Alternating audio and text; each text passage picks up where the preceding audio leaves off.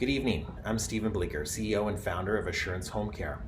Along with my business partner, Christine McGinn, we're delighted to welcome you to this evening's panel as part of Briere Month. Here at Assurance, we feel so honored and proud to be part of this cause that's so near and dear to our hearts. It's really what we do every day, helping individuals to do more than just remain in their home, but to really thrive on their terms with highly customized one-on-one care plans. At Assurance Home Care, we know that investment in research at Briere drives the evolution of patient care, both at Briere and across Canada. Every day, researchers at the Briere Research Institute continue to find new ways to maximize quality of life and help people stay and return home. As our population ages, these investments will only become more important. We are proud to partner with Briere this September and encourage you to support this important cause by visiting bemovedtogive.ca. Thank you. Great. Well, welcome everyone to this evening's panel entitled Aging Well, the Future of Aging at Home and in Long-Term Care in Canada. My name is Alex Michelides. I'm a professor at the University of Toronto and the scientific director and CEO of the Age Well Network of Centers of Excellence. And I am honored and privileged to be asked to moderate this session over the next hour with our four wonderful speakers.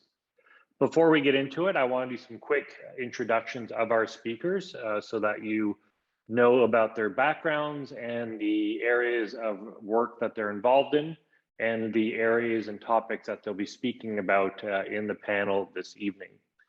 So first of all, we have Vivian Welsh. Dr. Welsh is editor-in-chief of the Campbell Collaboration, director of the Method Center at the Briere Research Institute, and associate professor at the University of Ottawa School of Epidemiology and Public Health. She co-convenes the Campbell and Cochrane Equity Methods Group and is co-director of the Cochrane-Campbell Global Aging. Vivian's research interest includes aging and health equity. Thank you, Vivian, for being here with us tonight. Our second speaker would be Bruce Wallace. Bruce is the executive director of the AgeWell NC National Innovation Hub on sensor and analytics to monitor mobility and memory, otherwise known as SAM3, and is focused on technologies to enable independence for aging adults. Our third speaker tonight will be Lisa Sheehy. Dr. Sheehy is a physiotherapist who has worked in hospital and private clinical settings, including geriatric and neurological rehabilitation. Her primary research areas in the use of technology for rehabilitation, and her other research interests include the use of exercise for stroke rehabilitation and telerehab. And our final speaker tonight will be Barb Farrell. Barbara Farrell is a PharmD, is a pharmacist with the Briere Continuing Care Geriatric Day Hospital and senior investigator with the Briere Research Institute, which is located in Ottawa, Ontario, Canada, as you all know. She is the lead Canadian researcher for the development of evidence-based deprescribing guidelines and hosts the deprescribing.org website. She is also a recent recipient of the CIHR Betty Havens Prize for Knowledge Translation in Aging. And congratulations, Barb, for that award. I know it's a very, very competitive process. So having said that, what are we going to be talking about tonight? Well, we're going to be looking at aging in place and what are some of the broad goals for aging in place and long-term care in Canada. As we all know, aging in place is really the ability for people to remain in their own homes and communities for as long as they want and to age as gracefully as possible and as independently as possible. The key here is try to keep people at home through different mechanisms and tools such as technology, changes in policy, changes in care support, and other approaches. We all know that long-term care has become a real critical aspect that we've all been looking at since the beginning of the pandemic. There's been a really strong light that's been shined on long-term care and the issues that we're seeing around the care of our Canadian older people. This doesn't include just those in urban centers, but also in rural locations from coast to coast to coast. Having said that, the importance of looking at long-term care and the future of what we can do in long-term care in aging at home is more critical than ever, as we can imagine.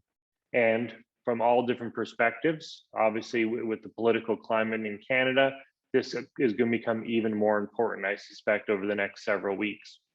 So having said that, I want to stop talking because I want to get to our speakers right away. Each speaker will be invited to give comments of about 5 to 7 minutes. After that, we'll engage in a fireside chat where we will have a conversation about these various topic areas. And I'd also like to encourage questions from our audience that's out there. Please feel free to use the platform to enter your questions, and I will make sure that I field those to our respective speakers as well. So with that, let's get going on this very exciting panel. And I'd like to start with Vivian. Please kick us off. Great, thanks. Thanks very much, Alex, for the introduction and for chairing this panel. And it's a real honor to be here and be invited to be part of this panel. So I just want to start by acknowledging that I live and work on unceded Anishinaabe land. And then I just want to tell you a bit about the nature of my 5 minutes is recent research that I completed called the Campbell Collaboration Evidence Map on a concept called functional ability. And this fits in my overall research that I do, which is about how to bring rigorous evidence synthesis to support decisions about aging in place, and particularly to mitigate inequities that might occur in aging in place. So to give an example of this idea of functional ability, my mother and her partner are 80 years old, live in their own home. They don't climb mountains anymore, but they do what they like, music and gardening with friends. So, you know, you could say by all measures, they're enjoying good functional ability, which is this idea that you can do what you value and what gives you meaning. And this concept, functional ability, depends on, you know, what you can do yourself, your individual capacities, physical and cognitive, that you're going to find out more about in this panel, but also on the environment around you. So the social services, the care that Alex mentioned, and your home environment. And these may support functional ability. But not every older adult has good functional ability, and those who are poor or socially isolated may have even more challenges in achieving this. So this map that we did, we wanted to comprehensively identify evidence on home-based health and social care and mobility supports, and particularly assess what evidence could support decisions about inequities across gender and income and other factors. And it was really intended to help set priorities for research for the Cochrane-Campbell Global Aging that Alex already mentioned, and also for a Briere Research Institute Center on Evidence Synthesis. So what did we find? We found quite a lot of evidence, over 400 trials and over 100 systematic reviews. Almost 80% of the studies were in a home setting and less than 10% in long-term care, assisted living, or independent living facilities. And also very few of the studies focus on palliative care, end-of-life care, or social isolation. The largest evidence base was on home-based healthcare, like nurse home visits and visits by visiting professionals. And the scarcest evidence was about social care. So things like befriending programs, home adaptations, and very few studies looked at social outcomes like stress or social relationships. Almost no studies assessed equity outcomes. So the impact of this map is already informing the priorities for the work that we're doing with Cochrane and Campbell, and also the new Evidence Synthesis Center that we're starting at Briere. And it's really identified a need for more research on social services and home adaptations, which, you know, you're going to hear more about in this panel. And really a need to look at inequitable differences in outcomes of this social care, and more research on social isolation. So I guess in conclusion, this evidence synthesis and mapping is a tool that can help summarize all the evidence. It can help to minimize waste in research by helping to set priorities. Also inform decisions by the evidence that is already there, and what gaps need to be addressed by new research. So with that, I'll maybe pass back to Alex and really look forward to the rest of the panel and to your questions. Great, thank you very much, Vivian, for an overview of that really exciting work. At this point, I'll hand it over to Bruce, who I expect is going to talk to us a little bit about technology. Bruce? Yeah, so I'll come at it from a different perspective. So my background is in engineering. I do a lot of work in collaboration as a Briere affiliated researcher and with Carleton University. And I'm working on how do we use sensors and sensing technologies to support people to age in place and independence. So I come at it from a technical standpoint, and how do we use these technologies? And the work that we're doing is based on a very rich collaboration with physicians and other clinicians, the aging adults themselves, their care partners. And we're really focusing on how do we support that independence and aging in place. So the way I would describe it, we do a lot of work with sensors, and there's a lot of ability to deploy sensors and understand what's going on. But recording what's going on in a residence and not doing anything with that knowledge isn't that interesting or exciting.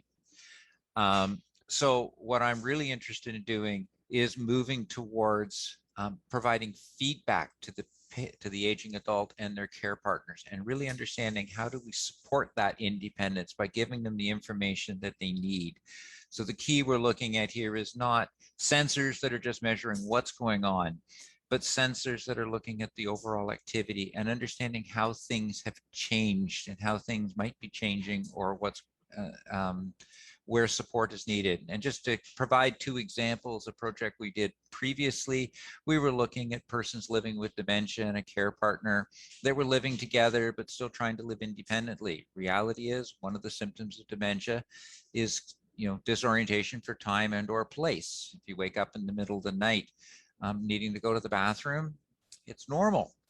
But the reality is you might be a little bit confused about when it is or where it is. And using smart home technology and automation so that something as simple as the bathroom light going on provided that visual cueing, so that the person living with dementia would have that little visual reorientation and would do the right thing. We put other layers into it with audio prompting to help the person know what they were doing.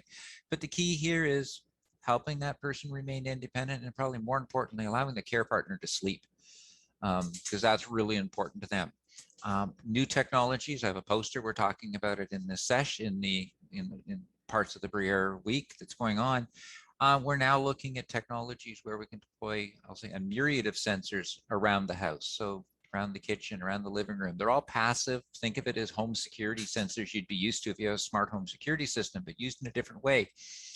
And these sensors are able to learn through some AI technology what's normal. And when you start to see what's, when they see something that's happening that's not normal, if it's urgent, they can tell somebody about it right away. Or they can give you patterns of what the previous daily behavior looked like in the house. I use it in my own house because I never test technology on people. I don't test on me. I have a partner and 2 teenage boys, and yes, it's found normal. I didn't know we had a normal, but it is found our normal, and it works fairly well, right? So, people wander out, go for a late night, midnight walk with the dog. The system tells me you don't normally take the dog for a walk at midnight. Why are you leaving out the front door? Get involved in an international conference and have to present at 10 a.m. European time, and you're out of bed at 3 a.m. in the morning, and it notices it. And it goes, why are you out of bed early?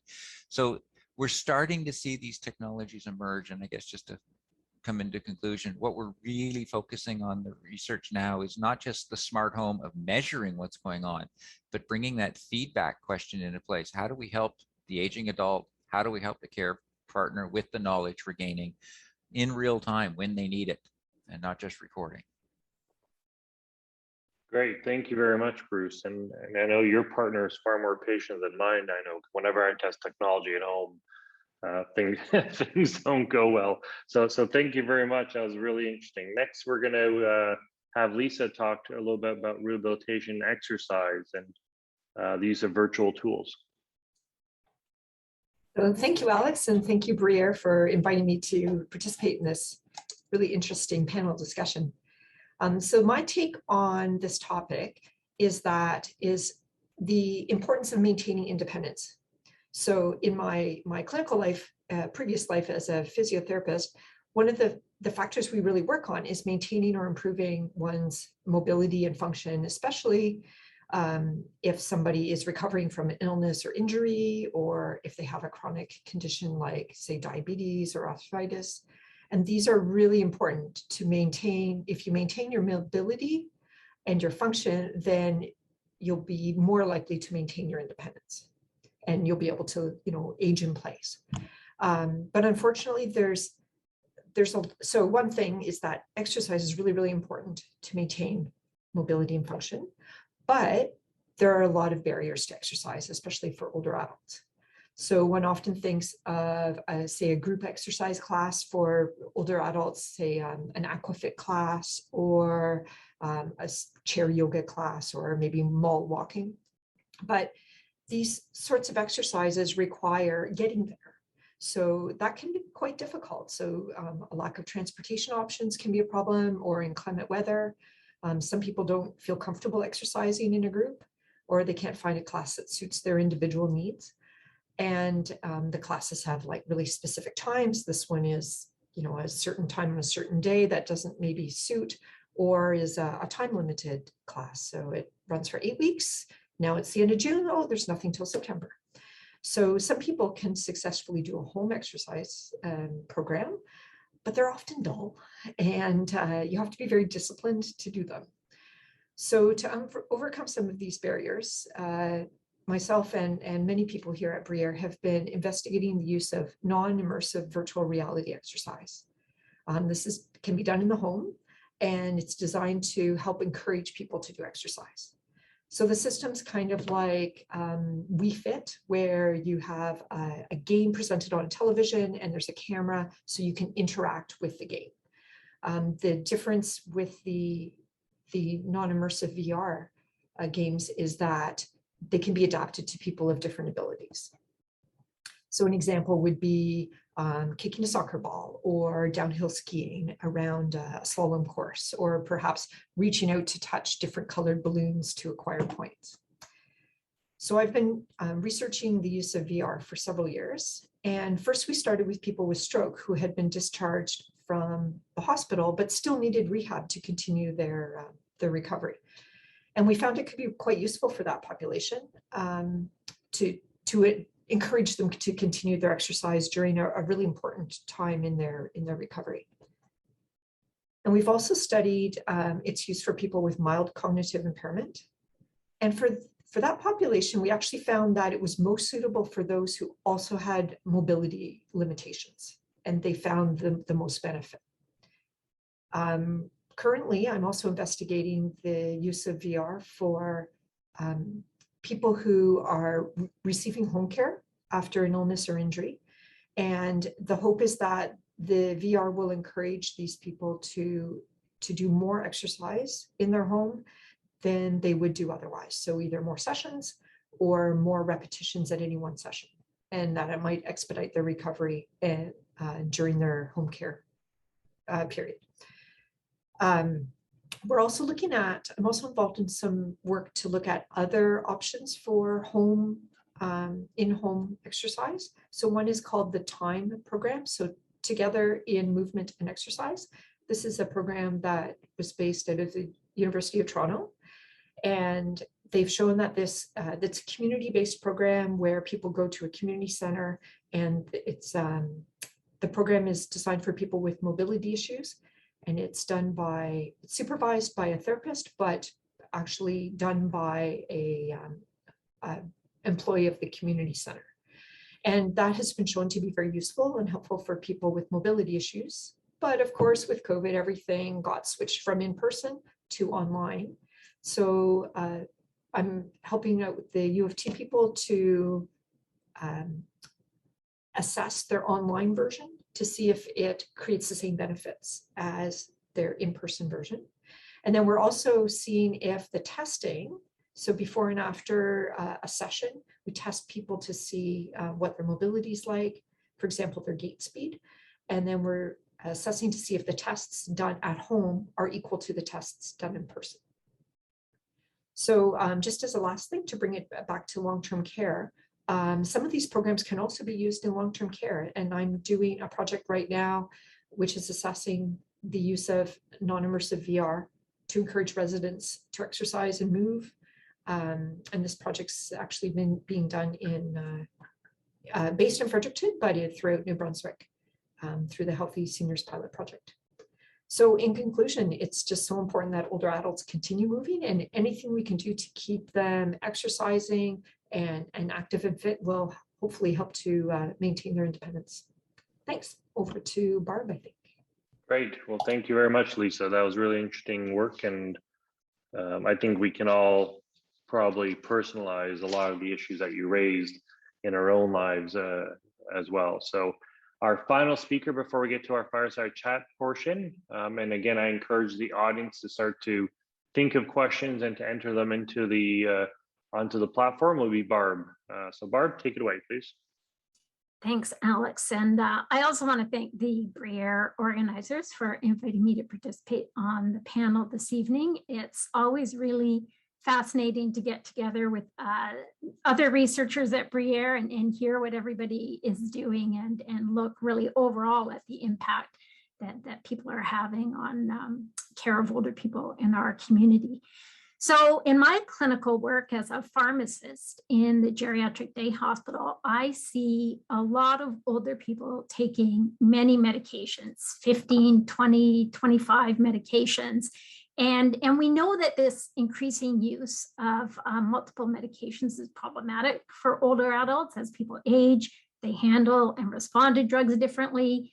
Additive adverse effects and drug interactions affect cognition and balance, and this contributes to falls and cognitive impairment. It also contributes to fatigue, which impacts on the ability to exercise, to their functional ability in managing and living independently at home. So one would assume then that it wouldn't be that hard to potentially reduce or stop these medications that are problematic. But what we know is that it's actually very difficult for a number of different reasons. Sometimes because the reason for the original reason for the medication is unclear. Sometimes because assessing the ongoing benefit or potential harm of that medication is difficult to do.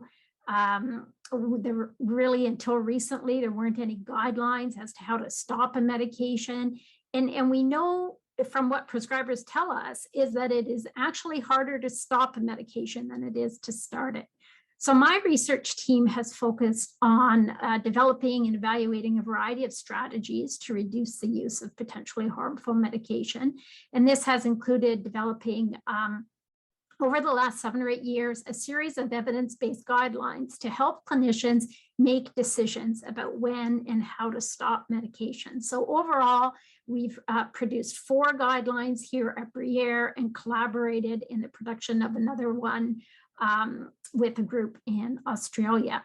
In addition to publishing these guidelines, we've created a variety of knowledge mobilization tools to help healthcare providers and members of the public use these guidelines. These have included algorithms, patient pamphlets and infographics, videos, an app, and most recently, a series of public education workshops to help members of the public learn how to manage their medications and how to ask questions about their medications, including, could we potentially stop this medication, or how long do I need to continue it?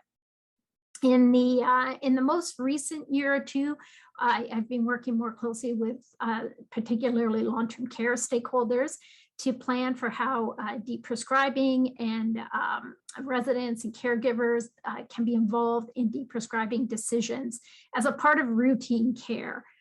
So working with a variety of long-term care stakeholders, we've developed a variety of tools that can help members of the public engage in shared decision-making around their medications.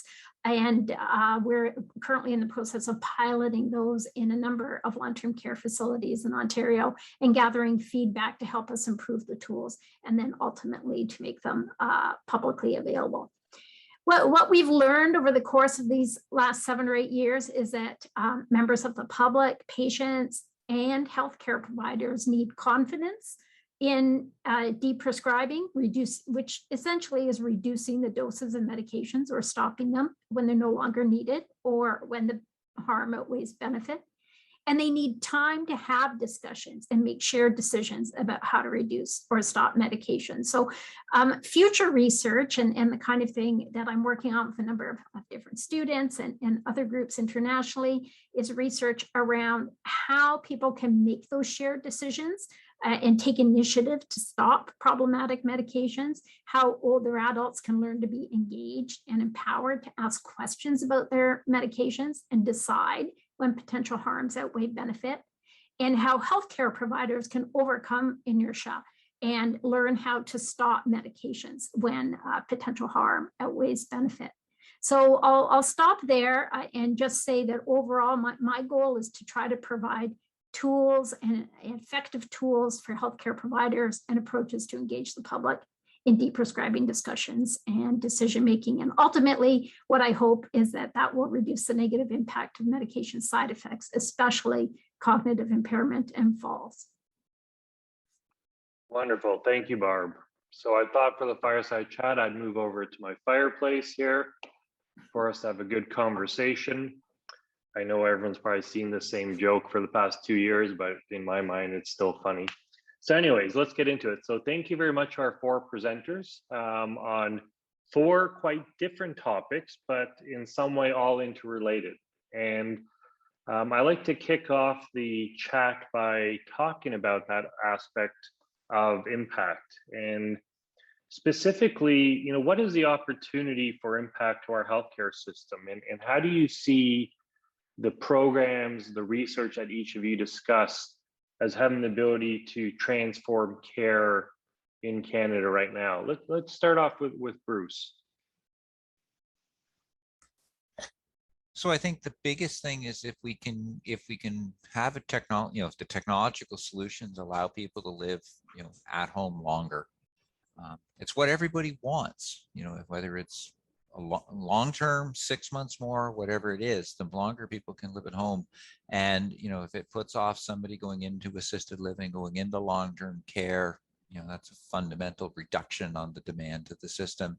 And it's best for the aging adult. It's what's best for the family of that aging adult. And it's what's best economically and for capacity in the healthcare system. So that's my goal. Great. Thank you, Bruce. And Vivian, what about you? Yeah, well, I think just echo what Bruce said, is that I think maybe putting my research in context of looking at how to bring the best evidence to bear and make sure that decisions are underpinned by rigorous evidence.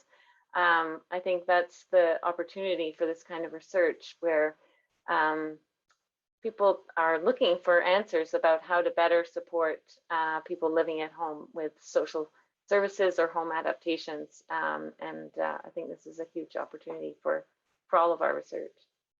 Mm-hmm. Lisa, what are your thoughts on impact?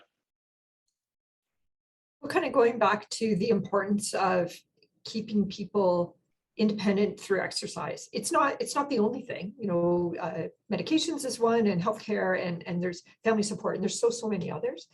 But if somebody can maintain their function by being more, having more endurance and being stronger and increasing their bone health, increasing their cardiovascular health, then that can go a long way to maintaining independence. And if we can have tested and researched interventions that can go to help people continue exercising as they get older, then that's what we should be doing. And I'll just give one little anecdote. In one of my studies, after 6 weeks, I believe it was, of somebody doing VR in their home, their partner said, "Look, you are now able to do your hobbies, your music," which was a hobby of the person, and now you can walk. And now you can walk to the corner store, whereas before you had to drive. And the person said, "Yeah, I think I might get a dog now because I want to keep walking." So, that was a perfect instance of somebody who had lower than necessary function, and with a targeted researched intervention, they were able to increase their function and their independence, because they'd probably be able to live longer in their own home that way. Yeah, and I guess, Lisa, that would also obviously lead to improvements around mental health, and other aspects, which, as we all know and seen during this pandemic, are so critical with our older adult population. So Barb, what about you in terms of your work and the impact that you see having? So polypharmacy is a really, really challenging problem to address. And some would refer to it as a wicked problem. There is no one solution that's going to fix it. So even when we started developing deprescribing guidelines, we knew that it was just one approach. We know we have learned and we are working now with a number of different types of healthcare providers, physicians, pharmacists, nurses, to enable our healthcare provider contingent to be knowledgeable about this subject and how to address it, but also professionals that you wouldn't necessarily think are that involved in polypharmacy management, such as our physios and our OTs and our dietitians and people who are in a position to notice that someone may be having a side effect of a medication, or maybe in a position to offer a non-drug intervention such as exercise or cognitive behavioral therapy, or even anxiety support and management to help reduce the use of medication. So we've been trying to impact the knowledge and ability of healthcare providers in this field, but also working in different environments, understanding that medications get prescribed and deprescribed in primary care, in hospitals, and community pharmacies, and long-term care. So we're also trying to work in each of those environments in terms of implementing our guidelines and getting input around what works and what doesn't work for different healthcare providers. Right. And I would think that, it's really the combination of the pharmacological and the non-pharmacological approaches that really are going to have the greatest impact. Is trying to understand what that mix looks like and the weight of each one. So we have questions coming in from the audience, which is great to see, and so I'm gonna field some of these questions right now. So first question is, how can we make sure the information from the research gets to the people the evidence will impact the most? Vivian, do you want to take a first stab at that one? Okay. Sure. Thank you, Heidi, for the question. I mean, I think there's a whole science to knowledge mobilization about how you get research to the people who need it. I think one of the strategies is engagement with relevant people. And I saw another question about engaging with older citizens, but also engaging with practitioners and decision makers in a way that's interactive. So we don't, go to research and then publish it or bring it to people. We do research together with people, with older people, with citizens, with practitioners. That's one way to make the research evidence, I think, relevant. But maybe I'll pass over to the next. Does one other person on the panel want to answer this? And then we'll move on to the next question. Yep. I can comment on this, because when we first started developing guidelines, I remember somebody saying to me, you can develop a guideline, Barb, but no one's going to read it. And it comes back to what Vivian was saying. It takes a long time for evidence to be taken up in practice and implemented. So we've put a lot of effort into knowledge mobilization, including our research team website, deprescribing.org. And I would urge people to go and take a look at that. Developing the various tools I told you about, including webinars, whiteboard videos that are available on our YouTube channel. We use social media widely. We're close to 20,000 followers on Twitter, and we engaged with that several times weekly so that we keep our audience engaged. So a lot of effort has been put into trying to push the knowledge out. We're working also really closely with members of the Canadian Deprescribing Network, who do a lot of work around public engagement and public education. And so that has been a really valuable opportunity for stakeholder engagement beyond even the stakeholder engagement we do as part of our research projects. Great, thank you. So this leads actually nicely into the next question from our audience, and that is, how are older adults included in the research process so that research does easily translate to helping people? And I'm interested to actually hear from Bruce on this one, because I know getting older people and caregivers involved in technology research always is a challenge. So Bruce, how do you guys do this? So I start, I guess, on the big picture. One of the things we established fairly early in SAM3 as an innovation hub was a community advisory committee. So it's a few people that come from, I'll say, the clinical practice, long-term care, and other care homes that are involved in it, but also aging adults and care partners who have lived experience, who in the beginning level provide us input and guidance on what we're doing. And then as we're doing specific projects, it's really starting to get involved and engaging with the individual, the aging adults, their care partners, right? I talked a little bit about the wandering aging project that actually started. I'll give Dr. Knuffel a little credit for it. It started with a conversation with the local dementia society. What would be the most useful, right? And that was the answer. And we ended up with a technical problem to solve. Great. Thank you, Bruce. Lisa, do you want to add anything to that in your own work? So I'll kind of reiterate the importance of having patients, caregivers, residents, older adults as part of the process, and same as Vivian said. But just on a really kind of smaller practical level, because I work often in the hospital, trying to also engage with the clinicians, because they are often the ones who are making treatment plans after discharge and making suggestions for things to do when you go home or things to do in the future. And so if the clinicians, the physicians, the physio and occupational therapists, if they know the options in the community and they're aware of what somebody, the different things and programs that can be done after discharge, then they will be good ambassadors for getting the research evidence to be translated into the future of those patients. Great, thank you. So next question here from the audience. We had to move so quickly when the pandemic hit. How do we back up or slow down and make sure Dr. Welsh's statement happens, the need for rigorous evidence that supports some of the changes we implemented? So why don't we go right to Vivian, since your statement is referenced in this question. Sure. Yeah, I think that's an interesting question about whether you have to back up or slow down. I mean, I think one of the things that's happened in the evidence synthesis community throughout the pandemic is a real realization that there's a need for what's called living evidence. So we don't just, review what's out there and then stop. And a lot of things during the pandemic, we learn new things as we went along. So there've been a number of living syntheses on things like vaccines and vaccine hesitancy, which I think are going to become more and more important as we go forward. Great, thank you, Vivian.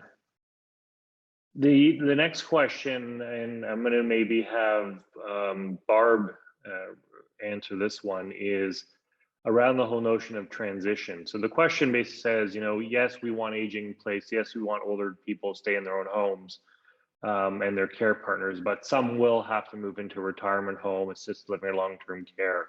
So how can some of these interventions actually help to smooth these transitions? That's a very good question. The transfer of medication information, why a person is taking medication, its intended duration, et cetera, how well they're doing on it, how they're taking it, if they're taking it, that kind of information rarely gets transferred smoothly, efficiently, correctly from one sort of location to another.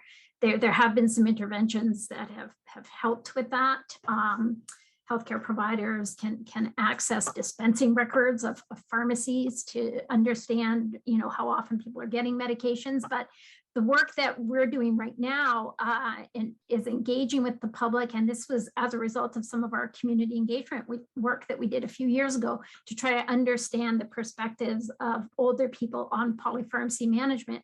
And we couldn't even get to the conversation about polypharmacy management because most of the older people in our discussion groups had no idea why they were taking a medication.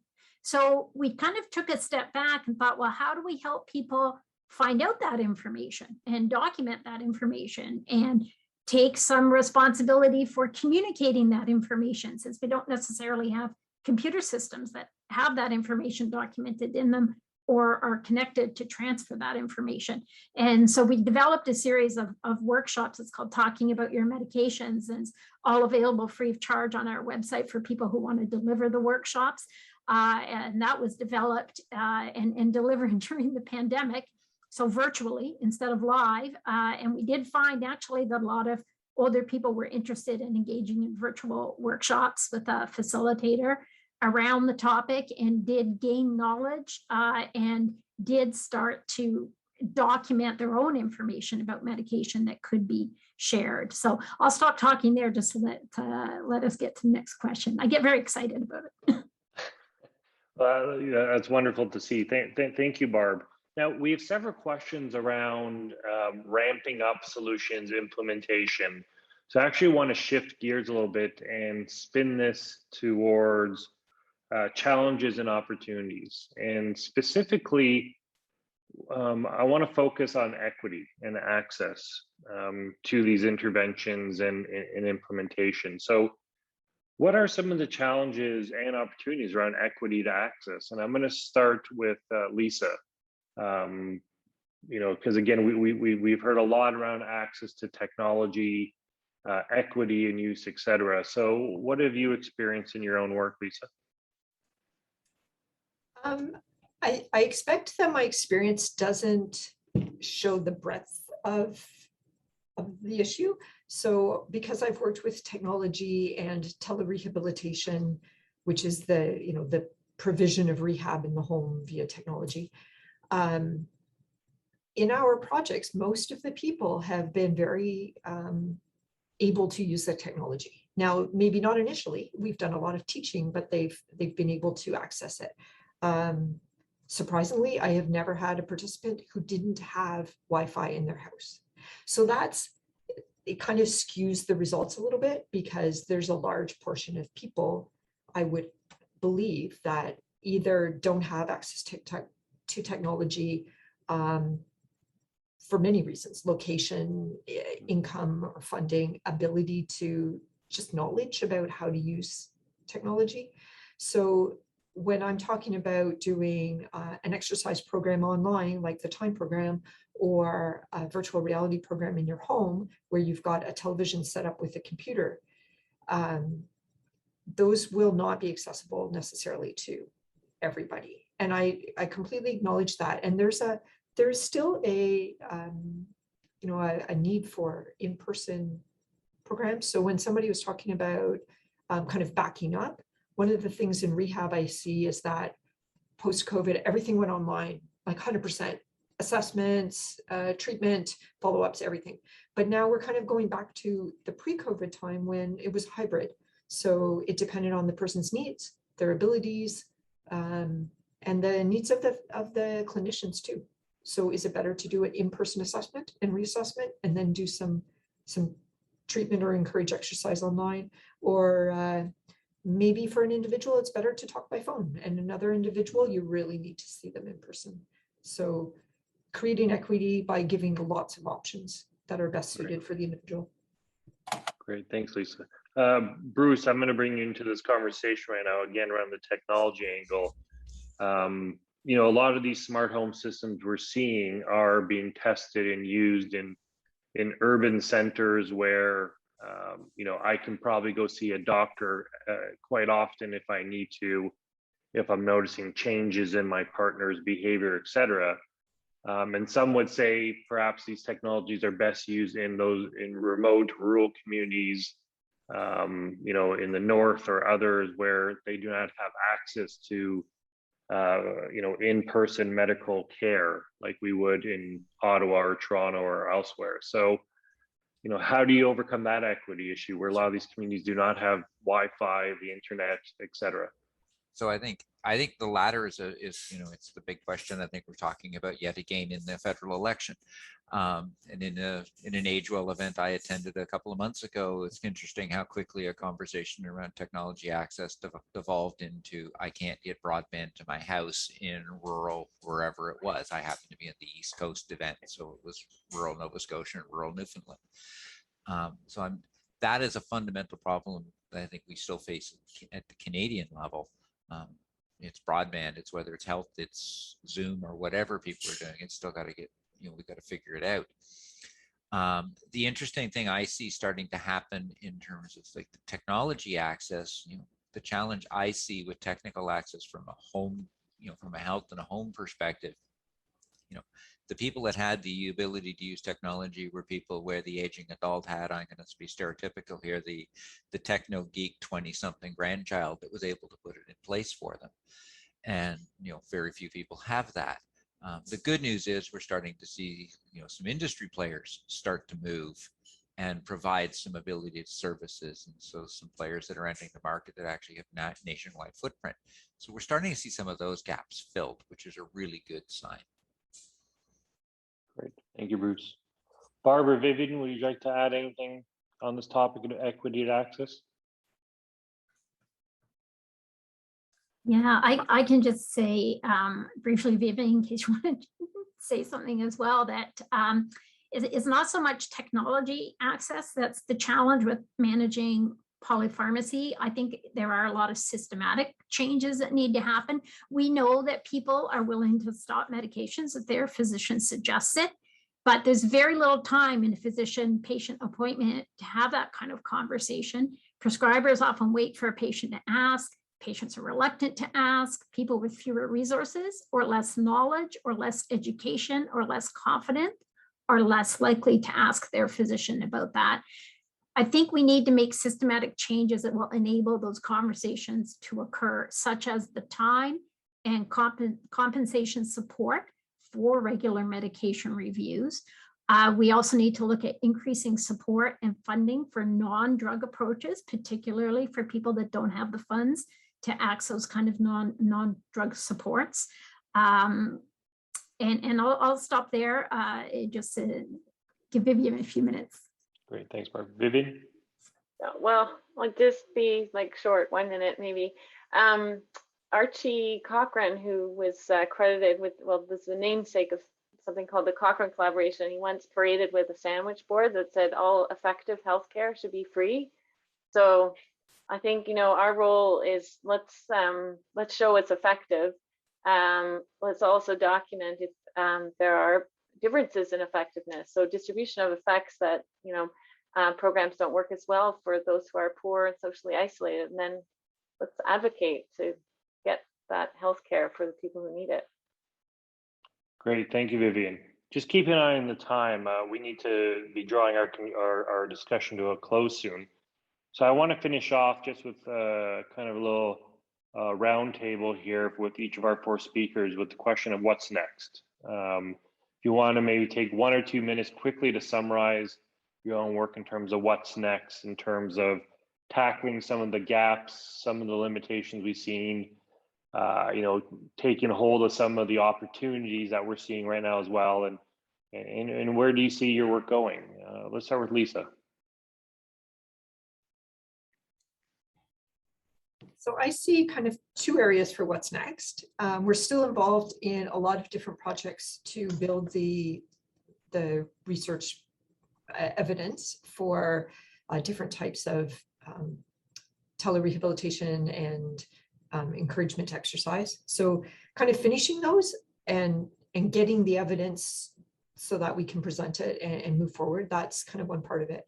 And then the other half would be using what evidence we do have and trying and implementing it. So this knowledge translation that Vivian's talking about, and also Barb, and that's kind of can be slow, and we really need to work on that. So, for example, the VR is being used in the Champlain LHIN, but for some particular patient populations and in certain areas, but there's so many opportunities for collaborations with industry, for small business, for partnerships between the different players. So between hospitals, home care, private agencies, so that we can get a smooth transitions between home, hospital, home, and residential care, and then transitions, and people to fill the gaps where needed. Hey, Lisa. Barb, what about you? What's next? Well, I'll just talk about a few things that are next. I think it's important for us to understand the benefit and harms of continuing medications or stopping them and for older people, and how to explain those benefits and harms to people so that they can make informed decisions about what medications to take or to stop. And I've got several colleagues internationally that are working in that area, including with the United States Deprescribing Research Network in their scientific advisory panel. I'm also very interested in how we can best teach and assess deprescribing competencies to healthcare providers. Working with the Canadian Deprescribing Network Healthcare Provider Education Committee, we're currently in the process of writing a position paper on that topic. And lastly, working with members of the public to try to figure out how best to facilitate discussions about medications, including deprescribing between patients and their healthcare providers. So those are just a few of the areas that I'm working on or hope to be working on in the future. Thank you, Barb. Vivian, what's next for you? Well, what's next is at Briere, we're starting an evidence synthesis center that is going to really aim to build a community of practice around evidence synthesis and aging at home, and really testing different knowledge mobilization strategies and tools. So that's what's next. Finally, Bruce. So I guess I would come at that from two aspects. The technical aspect I would look at is I think we're only at the very, very early days of thinking about this concept of the supportive smart home. What does it mean if the technology in the house is actually being helpful and useful? As the person who has 5 or 6 smart home systems in my house, I don't care if I can turn the lights on by asking Alexa to do it. I want systems that can actually help somebody be independent and age in place. And that's a whole different question than show off first world coolness.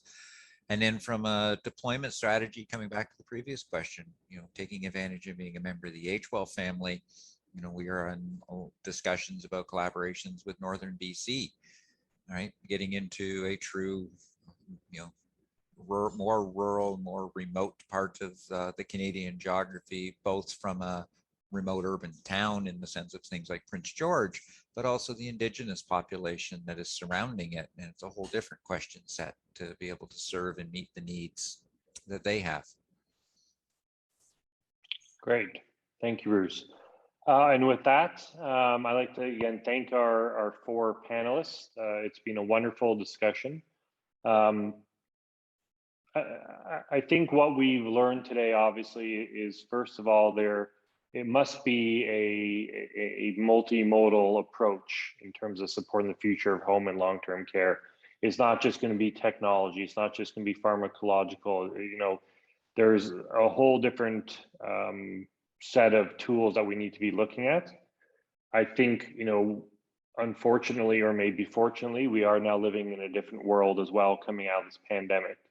While there's been some awful things that we've all experienced, there's also been opportunities that are coming up now and gaps that we are filling. And, and I think in one of the previous questions from Heidi, talking about how, we had to do things so quickly and we had to pivot so quickly during the pandemic. And in a way that wasn't a bad thing. I think it also showed the research world and everyone else within our ecosystem that we do have that ability to respond quickly as needed. And I think this is going to be something that's going forward.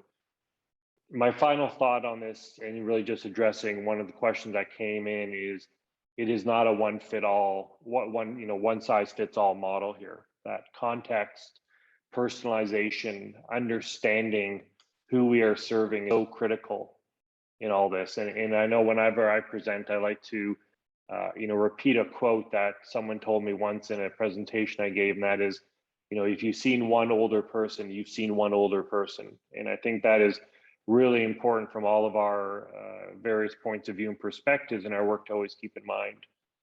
And finally, obviously, is how do we bring our disciplines together to work towards integrative solutions that are going to work for as many people as possible? And how do we maintain equity, diversity, and inclusion in all of the work that we're doing, which has become so much more important these days across our country, again, coast to coast to coast. So with that, again, I thank all the panelists. I thank the audience for all the wonderful questions that have come in. I apologize if we didn't get to some of your questions, but hopefully we've answered most of them. And I wish you all a good evening. I wish you all a great week. I know there's a lot of other great panels and presentations and posters coming up. And with that, I will draw this panel session to a close. So thank you very much, everyone.